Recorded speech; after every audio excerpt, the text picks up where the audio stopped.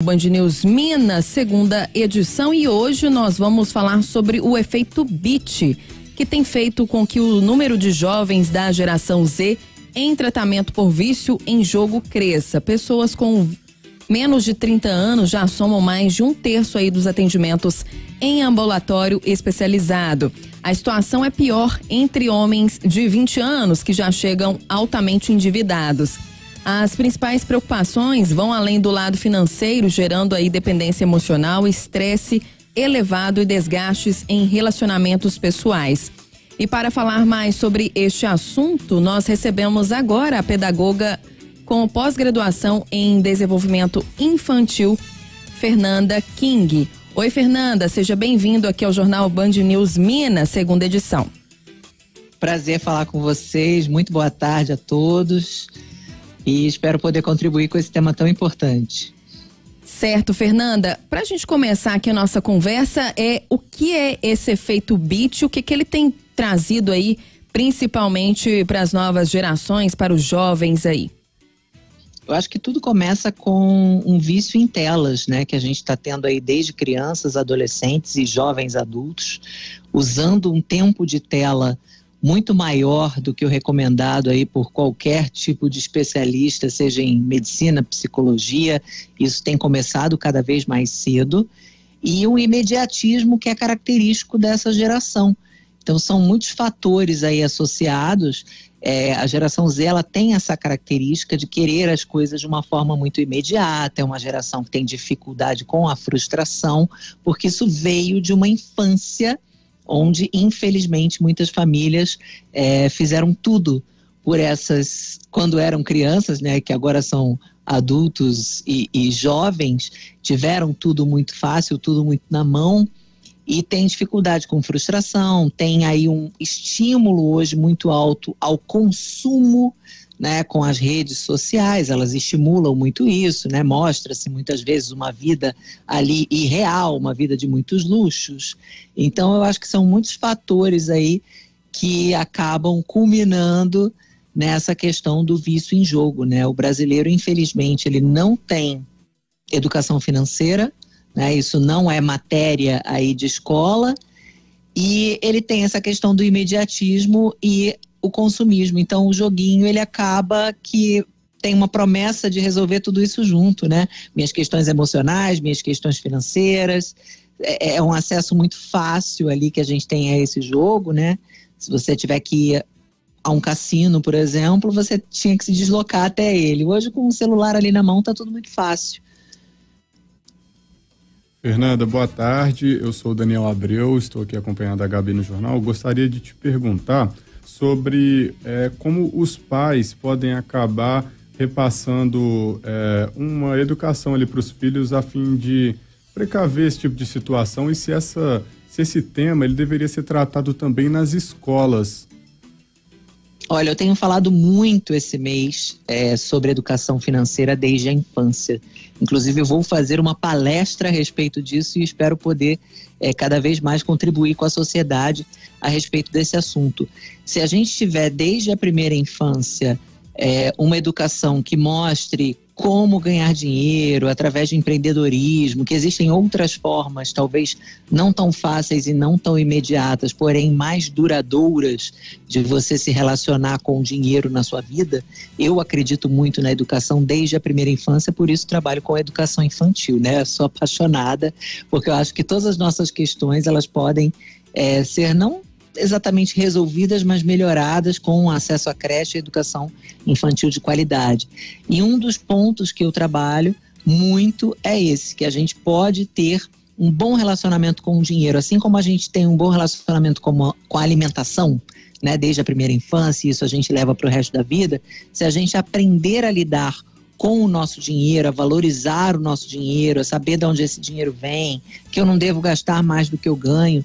Se isso for trabalhado desde a infância, tudo que a gente aprende pequenininho, né, é igual andar de bicicleta.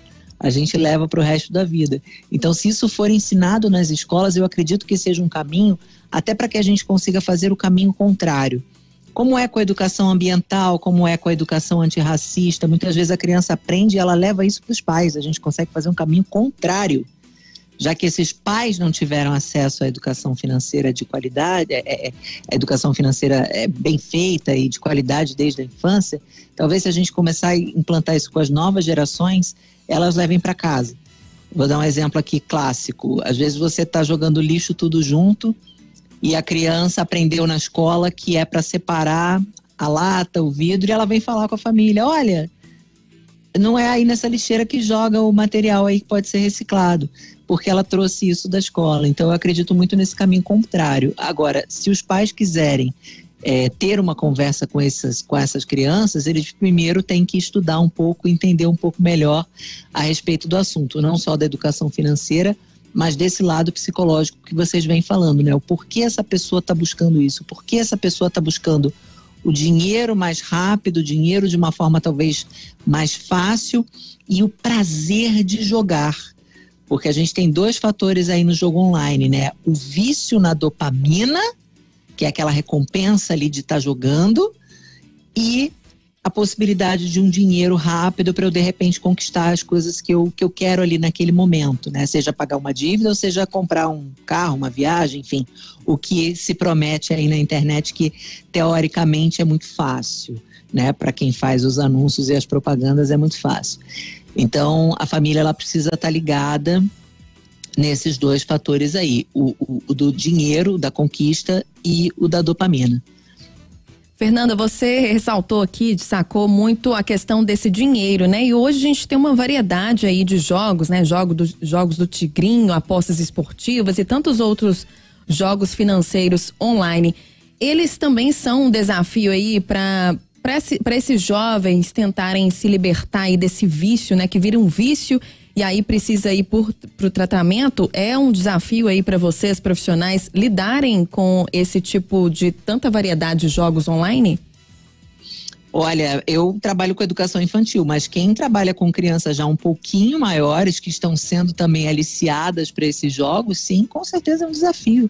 Porque cada vez eles estão descendo ali a faixa etária das publicidades, né? Para angariar mais possíveis jogadores, e eu acho que tanto escola quanto família tem que estar envolvidas nessa questão para evitar que essas crianças entrem para esse caminho. Então, como eu disse, é desde uma educação financeira, desde a infância, para essa criança aprender a lidar bem com o dinheiro, há uma estrutura familiar onde essa criança ela não dependa exatamente desse tipo de estímulo para se sentir feliz e pertencente, enfim, para que o cérebro dela não precise tanto disso. É uma estrutura bem complexa, né?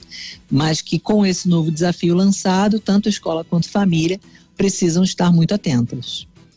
Fernanda, para a gente encerrar aqui nossa conversa, qual que é a sua indicação aí para os pais que estão nos escutando, também nos assistindo aí pela nossa live? Quais são as estratégias, né, para lidar com tantas variedades online aí, para essas crianças, para esses jovens aí poderem não viciar, né, nessas questões aí desses jogos? Primeira coisa é a presença, perceber o que essa criança anda fazendo dentro do quarto, porque tem uma leitura que é muito atual, é um livro que eu estou terminando de ler agora que chegou no Brasil, que ele fala dessa geração muito ansiosa, né? E ele diz uma frase que é muito impactante: a gente está super protegendo as crianças na vida real, não deixando que elas brinquem às vezes na terra, não pode pegar chuva, né? Parece que é uma criança ali de vidro. E subprotegendo no mundo virtual. Então, nós achamos que essa criança dentro do quarto, trancada, ela está protegida dos perigos do mundo. E a gente está vendo aí que não está.